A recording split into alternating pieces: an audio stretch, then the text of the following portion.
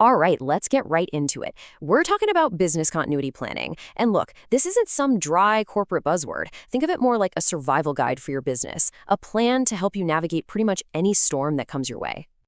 I want to start with a number that's, well, it's pretty staggering. $5,600. That's the average amount of money U.S. businesses lose for every single minute of downtime. Every 60 seconds your systems are offline, that's the kind of money just vanishing into thin air. So it really makes you stop and ask, right? Is your business actually prepared for the unexpected? Because as we're about to see, the unexpected can come from all sorts of places, and the price of not being ready is, well, it's huge. And that's why we have to talk about the high cost of disaster. And believe me, it's not just about the money you're losing by the minute. It's about lost data, it's about losing your customers' trust, and for a lot of businesses, it's about whether you can even open your doors again. And what's really eye-opening here is where these threats come from. You know, we all think about the big stuff, right? The massive cyber attacks, the hurricanes, the floods. But honestly, a disaster can be something as simple as a key server just dying. Or, and this happens all the time, an employee accidentally deleting something they shouldn't have. The point is, the threat can come from literally anywhere. Okay, so you've got all these potential threats just waiting in the wings. What do you do? How do you even begin to protect yourself? Well, this is where having a formal, thought-out plan becomes your absolute best weapon.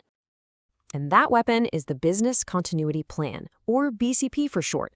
Put simply, it's your playbook for a crisis. It's the documented strategy that lays out, step by step, exactly how your business is going to keep the lights on, or at least the most important lights, when everything goes sideways. Now, you might hear a few different terms thrown around, so let's just clear this up real quick. The BCP? That's the big picture strategy for the whole company. Disaster recovery is a piece of that puzzle. It's all about the nitty-gritty of getting your IT and your data back online. And resilience? Well, that's the ultimate goal, isn't it? Not just getting back on your feet, but learning from it and coming back stronger than ever. But here's the deal. You can't build a plan that works on just feelings or guesswork. A real plan, an effective one, is built on two super important metrics that you absolutely have to define for your business. First up is your recovery point objective, or RPO. Basically, this answers the question, how much data are you willing to kiss goodbye? The e-commerce example in our source is perfect. They might say their RPO is 15 minutes. Why? Because losing more than 15 minutes of sales data is just unacceptable. And that number tells them exactly how often they need to be backing everything up. The second metric is the recovery time objective, or RTO.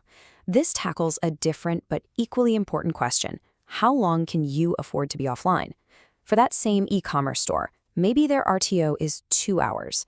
That means they've decided they have to get the website and the checkout process back up and running within that 2-hour window, or the financial damage gets really, really bad.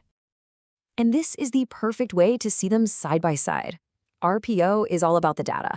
How much can we lose? RTO is all about the clock. How fast do we need to be back? Nailing down these two goals is, without a doubt, the foundation of your entire recovery strategy. All right, so we've got the what and the why covered. Now for the fun part. Let's get into the how. How do you actually build one of these plans? The whole thing really breaks down into 4 main steps, which makes it feel a lot less overwhelming.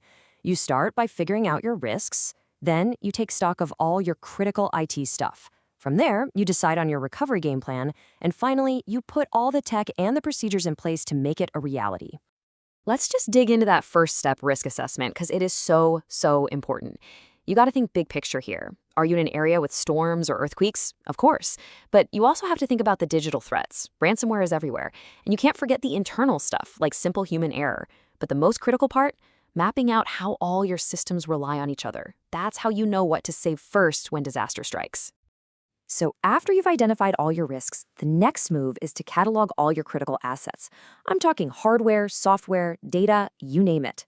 Once you know what you need to protect, then you can define your recovery strategies. And in today's world, that usually means things like cloud backups to get your data safely off-site, or automated failover systems that can switch to a backup server in a heartbeat. And for a lot of us, having that 24/7 IT support you can call is absolutely non-negotiable. But here's a reality check. A plan is totally useless if it just lives in a binder on a shelf somewhere. Seriously, creating the plan is maybe half the battle. The other half is making damn sure it actually works. So, how do you know it works? You test it. You can start small with what they call tabletop exercises, basically getting your team in a room to talk through a what-if scenario. Then you can level up to simulation tests, like actually trying to restore a specific file from a backup. And then there's the big one, a full-scale test. This is like a fire drill for your entire business, seeing how everything and everyone holds up under real pressure. And this really brings home a crucial point. Your BCP is a living, breathing document. It is not a set it and forget it kind of thing. You've got to revisit it at least once a year, and definitely any time your business goes through a big change. Okay, let's wrap this all up. When you boil it all down, what we're really talking about is creating a survival guide that's custom built for your business. And if you're still not convinced this is important, listen to this statistic. It's a gut punch. 60% of small businesses that suffer a major disaster shut down for good within 6 months. 60%. That's what's at stake. That is the real cost of being unprepared. So after all of this, what's the single most important step you can take? It's almost ridiculously simple. Start. Start today. Don't wait for a crisis to show you where you're vulnerable. The time to build a lifeboat is now, before the storm hits. So ask yourself, what's one thing you can do this week to make your business just a little bit safer?